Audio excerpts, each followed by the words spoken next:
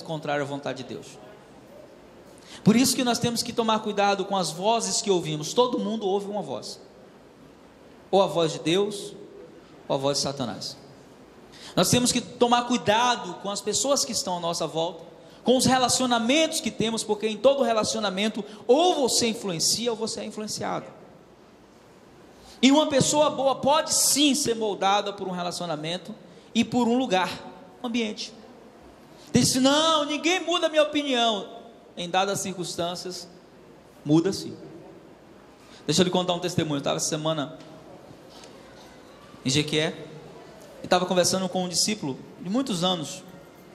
Ele é policial militar, criado em uma família de princípios corretos. A família, antes de se converter, já era uma família muito correta. Se converteu, a cruz só fez potencializar o comportamento deles. E ele é policial. E um dia caiu no plantão dele de que deveriam executar um criminoso. Eles não iriam para prendê-lo, eles iriam para matá-lo. E ele sabia que, do ponto de vista correto, aquele criminoso deveria ser preso e conduzido a um tribunal, não executado. A justiça não se aplica dessa forma.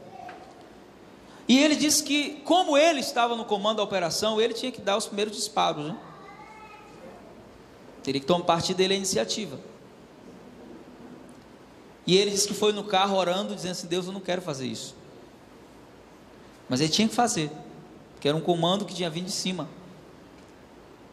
E o coração dele e a sua ética pessoal e cristã, familiar, não permitia. Ele nunca tinha matado ele disse que nunca tinha matado nenhuma barata. Mas no caminho, os colegas deles começaram a falar aquilo que aquele homem já tinha feito de ruim, principalmente a morte de um outro policial cristão, que foi assassinado na frente da esposa e dos filhos com muita violência. E à medida que aquilo foi entrando pelos ouvidos dele, foi chegando ao coração dele. E chegou uma hora em que ele tinha certeza de que aquele homem merecia morrer. Mas ele entrou numa guerra existencial entre o que ele acreditava e os sentimentos que estavam no coração dele. E aí, nesse caminho, ele começou a orar: Deus, não deixa eu chegar lá e encontrar esse cara não, porque eu quero matar ele, agora eu quero. Então, eu sei que depois disso eu vou me arrepender muito, Senhor, mas muda meu coração, faz alguma coisa. E chegaram lá, e ele pediu, né, para os colegas para não descer. E os colegas permitiram, e eles foram lá e deram vários disparos no homem. Só que o cara não morreu.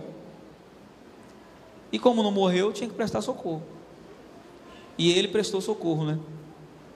E disse que enquanto ele estava prestando socorro, ele disse: olha, hoje você iria morrer. Falou para o cara: se você tomou tanto tiro e está vivo, é porque Deus tem um plano na sua vida. E começou a evangelizar o cara ali, né? Mas ele disse que passou semanas em crise e pediu para sair da rua e ficar interno. Ele disse: eu não conseguiria viver essa situação duas vezes. Mas observe como o comportamento dele mudou com apenas palavras que ele ouviu. E Satanás, ele é sorrateiro, ele sabe como mudar a sua postura. Ele conhece suas necessidades, suas prioridades. Por isso que nós temos que tomar muito cuidado com o que ouvimos. Não devemos tomar decisões em momentos onde as emoções estão agitadas, porque nós sempre vamos decidir errado. As nossas emoções não são confiáveis. Você tem que ser movido não pelas suas emoções, não por suas necessidades. Você tem que ser movido pelos princípios do Senhor. Quem é movido pelos princípios não erra, se guarda. E Judas, ele caminhou com Jesus 3 anos, e nesses 3 anos e meio, ele ouviu ensinamentos que todos nós aqui faríamos qualquer coisa para ter ouvido. Ele teve o privilégio de comer com Jesus, de dormir com Jesus, de ouvir as histórias, né? Porque eu não vejo Jesus assim como um cara bem cerrudo, né? Parecido comigo. Não, Jesus era mais popular. E imagino que Jesus brincava com seus discípulos, dava risada. Ele teve o privilégio de viver com Jesus uma vida que qualquer um de nós aqui desejaríamos. Mas mesmo assim, Satanás conseguiu plantar no coração dele uma semente de traição. Isso nos desperta a não confiar nos nossos corações. porque eles são enganosos. Aí você diz: não, eu sou uma pessoa de oração, eu sou, meu irmão, Judas fez tudo que você faz. Ele expulsou o demônio, ele foi uma pessoa de oração, ele andava com Jesus. Mas aqui nos ensina que o nosso coração só é guardado quando nós ouvimos a voz de Deus todos os dias. Amém? E aí a cena se discorre, e de repente aprendemos a terceira coisa que Jesus sabia. Primeiro, Jesus sabia o tempo de Deus para a vida dele, amém? Segundo, Jesus sabia a quem era que ele estava amando. E terceiro, Jesus, sabendo que o Pai lhe entregara tudo nas mãos e que viera de Deus para Deus voltava, Jesus sabia que o que ele tinha nas mãos, quem tinha dado era Deus. Jesus sabia de quem ele tinha recebido a sua autoridade. Jesus sabia de quem ele tinha recebido o poder para ser quem ele era. Quando você sabe quem te deu o que você tem, você não tem medo de perder, porque se foi Deus que deu, ninguém pode tomar. Agora, se você conquistou pelos seus talentos e pela força do seu braço, vai vir alguém mais forte e vai tomar. Minha mãe, né, falar aqui as filosofias de Dona Santinha, ela disse: tem um toco grosso aqui, tem outro mais grosso lá na frente. Isso quer dizer o quê? Se somos fortes, vai ter um mais forte, mas ninguém é mais poderoso que o seu Deus. Então, se você tem certeza que o que você tem, e eu estou falando não só no âmbito ministerial, em tudo, se o que você tem veio de Deus, ninguém pode tirar. Não se sinta ameaçado com o macumbeiro, com a pessoa que está orando contrária, com o feiticeiro. Não vale encantamento contra a sua vida, ninguém vai conseguir tocar no que Deus te deu, nenhum mal te sucederá, nem praga alguma chegará à sua tenda. Se é Deus que deu, Ele sustenta, Ele mantém, Ele cerca você com a proteção. E como Jesus tinha convicção de que Ele tinha, foi Deus que deu, Jesus não tinha dificuldade de servir. Nós somos a única igreja que tem um gato em Salvador, né? Alguém quer um gato? Pode levar isso, tá? Tire o olho do gato e olhe para o outro gato, amém? Então, queridos, Jesus não tinha dificuldade de servir por um motivo simples: Ele sabia quem Ele era. Jesus não tinha crise de identidade. Ele não era alguém com um espírito de comiseração, inferioridade. Ele era alguém que sabia que o que o Pai te entrega a Ele, ninguém podia tomar. Quando você tem isso, você serve. Quando você não tem, você quer dominar as pessoas, porque você quer provar para elas que você é algo que nem você mesmo acredita que é, porque se acreditasse, servia, não dominava. A vida de Jesus é estudada por homens do ramo de negócios, empresários, treinadores, por um princípio simples. Jesus viveu o princípio que conhecemos hoje como o princípio de liderança servidora. Seja um líder servindo. Parece impossível, ou contrário, mas ele é o exemplo de que isso é possível e totalmente verdadeiro. Então, por que Jesus não tinha dificuldade de descer, de se humilhar? Porque ele sabia que o que ele tinha recebido do Pai, ninguém podia tirar.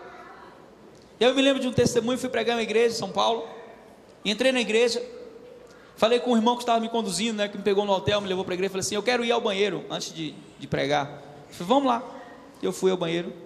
Quando eu cheguei lá, que eu entrei, tinha um irmão ajoelhado no chão, limpando o chão, né, todo bem vestido, bem bonito. Aí ele disse assim para o outro, né: paz, Arão. O outro: paz, assim, esse é o pastor que vai pregar hoje? Esse é ele. Assim: ó, pastor, a paz do Senhor, Deus abençoe, vou ficar ouvindo daqui a mensagem, viu? Deus usa o Senhor, porque tinha as caixinhas lá no banheiro. Falei: amém. Quando eu saí dali, o irmão que estava comigo disse assim: pastor, o senhor acha que esse cara aí, ele é o quê? Eu disse assim: como assim? O senhor acha que ele faz o quê na vida? Assim: eu não faço a mínima ideia, irmão. Esse pastor, esse irmão aí, ele é juiz. Eu disse assim: como assim? Juiz de quê? De futebol? Não, pastor, juiz mesmo, da tal vara, não sei aonde, ele está fazendo até um concurso agora, vai para desembargador, não sei o que, explicou lá, né? Assim é mesmo, ele falou: só que aqui na igreja, ele é obreiro, e aqui as escalas é assim, uma semana fica no templo, uma semana fica no estacionamento, uma igreja muito grande, Imaginou, você chega no estacionamento da igreja, você está pensando que é só um flanelinha, é um juiz. E aí os que gostam de respeitar, né, acaba se quebrando, né? E um dia fica no banheiro. E aí eu achei aquilo lindo, por quê? Porque aquele irmão, ele sabe que ele é juiz lá fora. Mas no reino de Deus, todos nós, a maior patente que existe é de servo. Foi essa que o nosso Senhor assumiu, então a gente não pode querer outra. A maior patente no reino de Deus é servo. Se você já tem, não vai crescer mais para outro lugar não. Já está bom demais. Então aquele irmão entendeu isso, aquele juiz. Entendeu que lá fora ele era juiz, mas aqui dentro ele era o servo. Mas quando a pessoa não sabe quem ela é, ela quer ser reconhecida pelo que ela faz, ou pelo que ela tem. Aí ela fica expondo seus títulos, suas conquistas, porque ela quer se sentir um nível acima dos outros. Então ela olha as pessoas de cima para baixo, ela usa expressões como, por exemplo, você sabe com quem você está falando? Interessante que Jesus nunca usou essa expressão, porque você não precisa provar nada para ninguém. Quando você tem autoridade, isso é percebido pela forma como você trata, não quem está acima de você, mas quem está abaixo, e quem está do lado. Porque como já diz, né, um grande líder religioso da nossa nação, quer conhecer alguém e dar poder para essa pessoa. Aí você vai ver quem de fato ela é. E a forma como você trata, não os que têm mais, mas os que têm menos que você, revela se você realmente tem um coração de servo ou não. Porque quando nós sabemos que a pessoa pode nos dar alguma coisa, a gente pode estar tratando ela com interesse contrário. Mas quando alguém não tem nada para te oferecer e você trata essa pessoa bem, isso revela o caráter de Cristo na sua vida. É a garçonete, é a funcionária da sua casa, é o funcionário da tua empresa, é aquela pessoa que vem se relacionar com você, às vezes num negócio, e nós precisamos assumir isso como um padrão de vida, amém? O Evangelho, irmãos, é isso, a expressão do caráter de Jesus. Você nunca terá dificuldade de servir os outros quando a motivação for Jesus, porque você sabe que o serviço não é motivado pela recompensa que você vai ter, mas pelo caráter de Cristo em você, amém? E aí o texto seguinte diz que Jesus levantou-se da ceia e tirou o manto. O manto representa a autoridade. Jesus tirou o quê? E pegou uma toalha. Vira para esse irmão e diz assim: irmão, tira o manto e pega a toalha.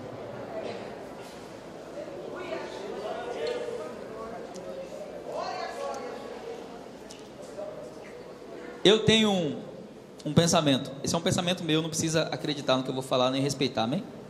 Mas eu vou expor aqui. É um pensamento meu em relação ao ministério pastoral e aos demais ministérios. Eu acho que no dia, isso é um pensamento meu, não está na Bíblia nada do que eu vou falar, tá? Eu acho que no dia em que a pessoa fosse consagrada a qualquer ministério, ao invés de ter toda aquela festa que a gente faz, como se a pessoa estivesse recebendo uma graduação, uma premiação, porque está sendo colocado no ministério, no dia em que ele fosse colocado ao ministério, elevado ao ministério, seja ele apostólico, profético, evangelístico, mestral, pastoral, ele deveria receber naquele dia uma bacia e uma toalha e lavar os pés de muita gente naquele dia. E depois que ele fizesse isso, dava a toalha para ele escrita assim, servo, para toda vez que o orgulho tentasse pegar o coração dele, ele lembrasse disso. O grande problema é que quando as pessoas são elevadas a uma posição de autoridade, principalmente dentro da igreja, elas se sentem superiores.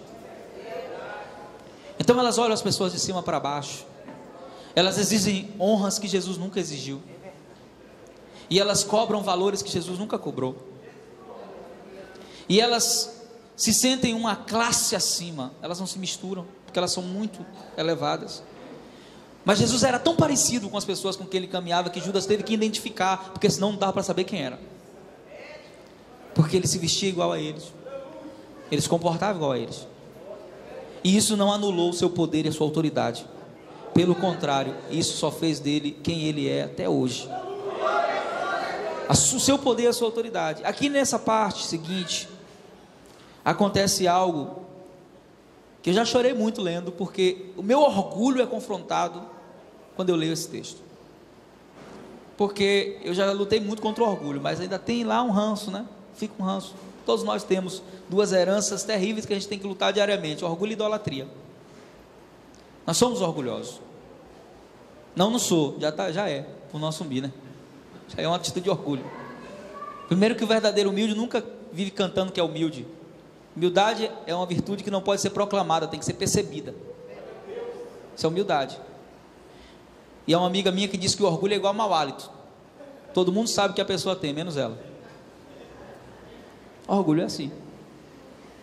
E Jesus dá um tapa na cara dos orgulhosos aqui, com uma atitude que é interessante, porque a Bíblia diz que ele se levanta da ceia, como eu falei no começo. Eles entraram naquele lugar e ninguém se dispôs a dizer assim: gente, vamos lavar os pés aí, nem que seja cada um seu, né? Todo mundo ficou de braço, e ele vai lá. Imagina a cena aí, tenta contemplar na sua visão espiritual. Jesus se levanta, eles pensam que Jesus vai ao banheiro, vai a algum lugar, e de repente Jesus volta com a bacia e com a toalha, e ele começa a lavar os pés dos discípulos. Essa cena, ela me constrange. Teve um dia que eu estava lendo isso, que eu chorei tanto. Eu chorei tanto, porque eu consegui ver algo aqui que eu nunca tinha visto. Quando nós adoramos, nós somos convidados a nos prostrar diante do Criador, não é assim? Aqui é o Criador se prostrando diante da criatura.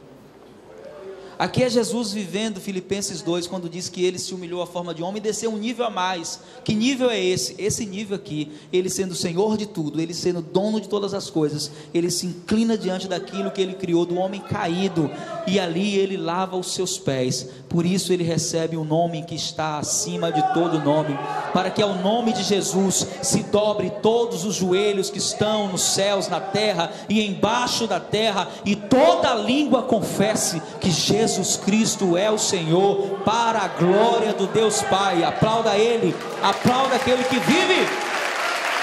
Aleluia! Por isso que hoje Ele é chamado de Rei dos Reis e Senhor dos Senhores. Mas aqui, queridos, é o Criador se prostrando diante da criatura. É o Deus Todo-Poderoso que está acostumado a receber a adoração de eternidade a eternidade, e agora ele se ajoelha diante do homem caído e lava os seus pés. Isso fere o nosso orgulho, porque nós não queremos servir em coisas mínimas. Nós colocamos tanta imposição às vezes para fazer uma visita a um irmão, para dar uma carona ao irmão na saída do culto, para socorrer um irmão que está no hospital. A gente põe tanta desculpa, a gente põe tanto empecilho para servir. Mas Jesus aqui revela o caráter de Deus expresso, e quando você faz isso, você está imitando Ele. Mas não para aí. Ele tira o seu manto, se despe da sua autoridade, e quando ele chega em Pedro, Pedro é muito parecido com todos nós, né? Pedro empolgado, Pedro era santo a seus próprios olhos, se achava um cara muito espiritual. Quando ele chega em Pedro, Pedro olha para ele e diz assim: Senhor, o Senhor vai lavar os meus pés? Ele disse assim: Pedro, o que eu estou fazendo agora, você não vai entender não, mas um dia você vai entender. Duas lições nós aprendemos aqui. Primeiro, não questione o Senhor. Por mais incompreensível que seja a ação dele na sua vida, o plano dele é melhor. Por mais que você não esteja entendendo o que está acontecendo, o plano dele é melhor. Por mais que as coisas saíram do lugar e pareça que não é bem assim como você acreditou a vida inteira, o plano dele é melhor. O projeto dele é melhor. Mas Pedro é muito parecido conosco. Pedro era extremista, ele saía de um extremo para o outro, né? Aí Jesus vira para Pedro e diz assim: Pedro disse: não, você não vai me lavar os meus pés não, não vou deixar. Jesus disse para ele assim: Pedro, se eu não lavar os seus pés, você não tem parte comigo. E aqui Jesus quebra toda a cultura e filosofia doutrinária dos pastores dos nossos dias. Porque os pastores inverteram essa fala. Jesus diz assim: Pedro, se eu não lavar os seus pés, você não tem parte comigo. Os pastores hoje dizem: se você não lavar os meus pés, você não tem parte comigo. Nada disso. Se eu quero ter aliança com você, eu não tenho que te convidar para lavar os meus pés, eu tenho que estar disposto a lavar os seus pés. Esse é o princípio de Jesus. Disse: Pedro, se você não lavar os meus pés, você não tem aliança. Nada disso. Ele disse: se eu não lavar os seus pés. Então quando é que eu sei que eu estou disposto a ter uma aliança com você? Quando eu estou disposto a te servir. Não é quando eu quero dominar você, ou atrair você, trazer você para perto como um escravo, como um servo. Nada disso. Quando é que eu estou tendo uma aliança verdadeira com você? Quando eu vou servir você. E aí o serviço é expresso por meio de algumas coisas. Quando eu sirvo de fato, eu sirvo com os meus bens, eu sirvo com o meu tempo, e eu sirvo com a minha presença. Não existe serviço sem essas três coisas: tempo, bens e presença. E Jesus, ele conhecia isso. E Pedro, quando então Senhor, não lava meus pés não, me dá logo, dá um banho aqui. Pedro era extremista, né? Passava de um extremo para o outro muito rápido, parecido com a gente, né? Aí Jesus disse: não, Pedro, calma, não precisa disso tudo não. Quem já está lavado, quem já se banhou, basta lavar só os pés, né? Como diz lá no interior, fazer uma meia sola, né? Lavar os pés. Quem conhece essa expressão? Só eu, é? Ah, ainda bem que tem muita gente que conhece. E Jesus nos ensina outro princípio aqui. Nós já fomos lavados pelo sangue de Jesus, amém? Quem foi lavado pelo